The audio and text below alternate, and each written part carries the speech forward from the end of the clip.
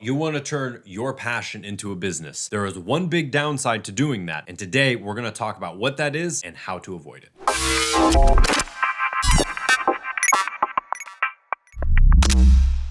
Hey everybody, welcome back to the channel. I am your host, Neil Wintereg with Matterhorn Business Development, and thank you for tuning in. It's good to see you. If you aren't subscribed, be sure you hit that button down below, leave us a comment, hit the thumbs up, and tell us what you think about today's video. Today, I am here to talk to you about the downside of turning your passion or your favorite thing that you like to do and making it a business. Because let's be honest, even people like us are going to tell people that what you're supposed to do is take what you love doing and turn it into a business and find a way to monetize that and do what you love to do. That sounds really, really good. There is a downside to that though. And being somebody who has worked with business owners for 20 years, I see that downside all the time, and it's really something that nobody talks about. And what is that downside? Well, as soon as you decide to open up a business of any kind, it doesn't matter if it's a professional, like being an attorney or a doctor, or whether it's making chocolate that you've been making in your kitchen and now you want to figure out a way to get your chocolate to the masses, right? The downside is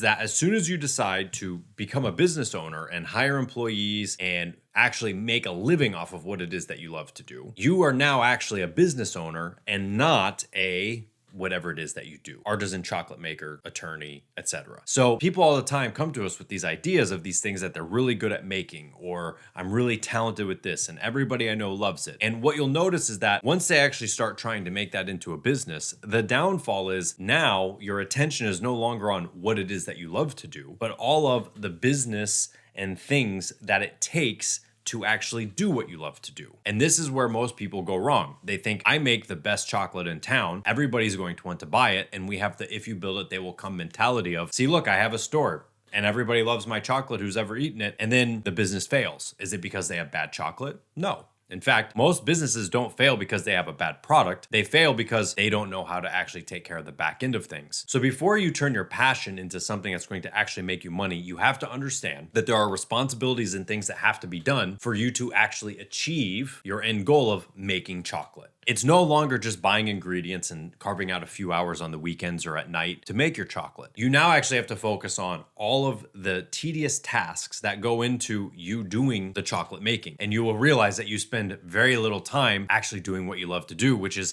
making your chocolate. You have to hire employees, you have to come up with schedules, you have to find distributors, you have to find customers, you have to do marketing, you have to make Facebook posts, you have the legal requirements, you have taxes that are due, you have payroll taxes, you have to get an accountant, you have to find a bookkeeper. Then you realize that what you've loved doing is no longer fun because you're not actually doing what you loved to do. So you have to look at the business side of owning a business as being the tasks and things that you must do, and your reward is making your chocolate. And you can't let that stop you. Now, some people, they have a business, it starts to grow, and what they actually started with, let's say in this case, making chocolate, is now no longer the fun stuff for them. And so they get other people to make the chocolate and they oversee it and they check it out and all that kind of thing. But to them, the game is now building a business. So you have to ask yourself, am I in this to build a business, or am I in this just so I can do my love and do my passion and I can make money from that? There's two very different things. An example that I use is, let's say I am a guy who fixes roofs and I'm good at it and I'm paid well, and I go out and I might fix a roof today and maybe I don't fix another one tomorrow, but I've got one the day after that. And occasionally I have a really big roof I have to fix and I got a guy down the street and I give him some cash and he comes and he assists me and it's great, but I'm really working for myself. I don't really have a business. It's just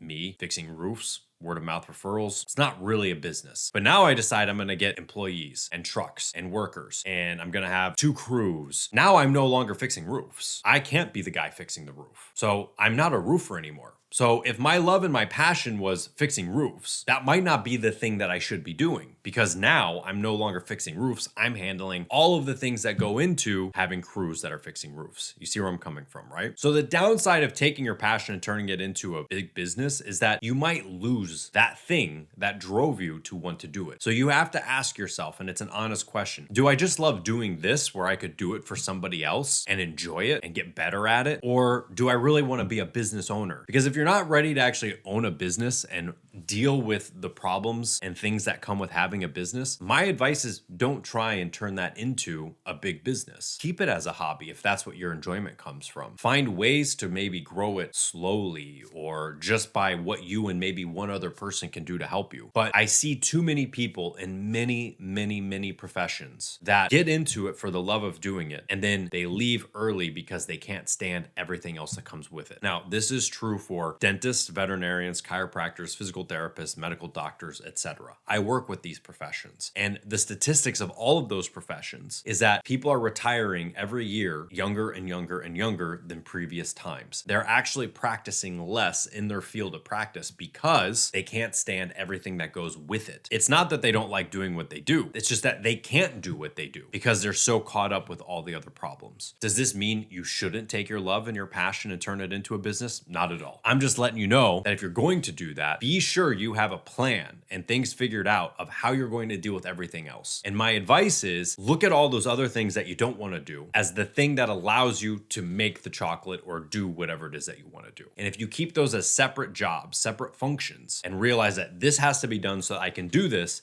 you might have more fun doing it that way. But that is the downside to taking your passion and turning it into a business, is you might lose your drive for that passion because of external factors. Now, if you need help with this type of stuff, that's what we're here to do. Between us and our channel sponsors, MetaPulse, we are here to help you figure out how to organize and be successful. So if you need help in any way, click that link down below and we will be sure to get back to you and help you any way that we can. I hope you learned something new today and we'll see you next time.